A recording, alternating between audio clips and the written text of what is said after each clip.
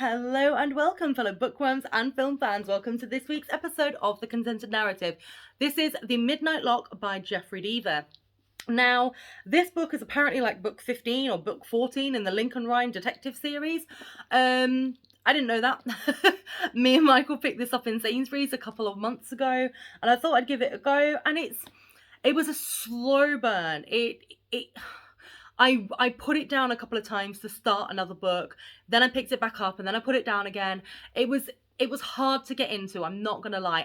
But if you stick with the first couple of chapters, if you give it a go, it is worth it. Like, it is a good book.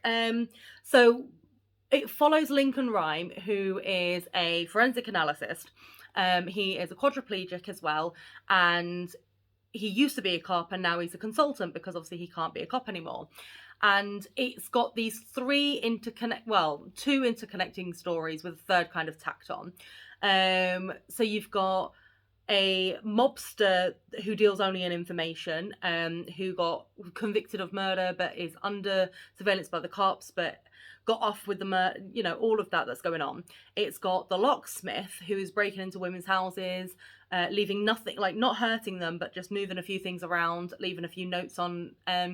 And it's got this Whittaker media empire that, because the pages are left from one of their newspapers, it deals with Avril, who's the head of Whittaker newspaper, and his son, Kit, who's disappeared. And it sort of intercedes all these three storylines. And what is quite funny in this one is, because obviously I've not read any of his others. I do know that Bone Collector has been done into a film, so I might do the Bone Collector, book to film in the future. But what I love about this one is Lincoln Rhyme is basically told by the mayor. The mayor turns around and goes, no consultants anymore because of the mess up with Victor, who was trying to be convicted of murder. Not going to happen anymore. You're not allowed to be used, blah, blah, blah, blah, blah. And then Lincoln just carries on because his wife is a cop as well, and a lot of the cops in the force know that he's good at his job and know that he knows what he's doing.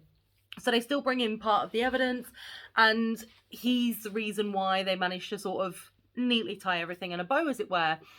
There was a couple of times when I felt like Deaver maybe went a little bit too out of the box, like the way that he connected some of the stories, the way that he concluded some of the stories, some of the reveals, it felt false sometimes. I felt like, okay, you're building up to something, but what you've actually built up to is nothing. Like, it doesn't feel right.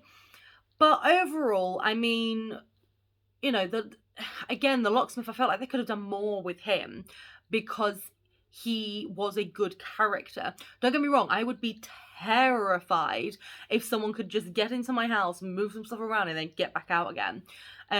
But honestly, it was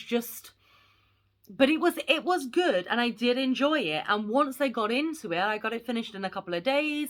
I probably will reread it in the future, but I do say that if you are reading this, it will take you a couple of chapters to get into it. Stick with it because the story is actually pretty decent.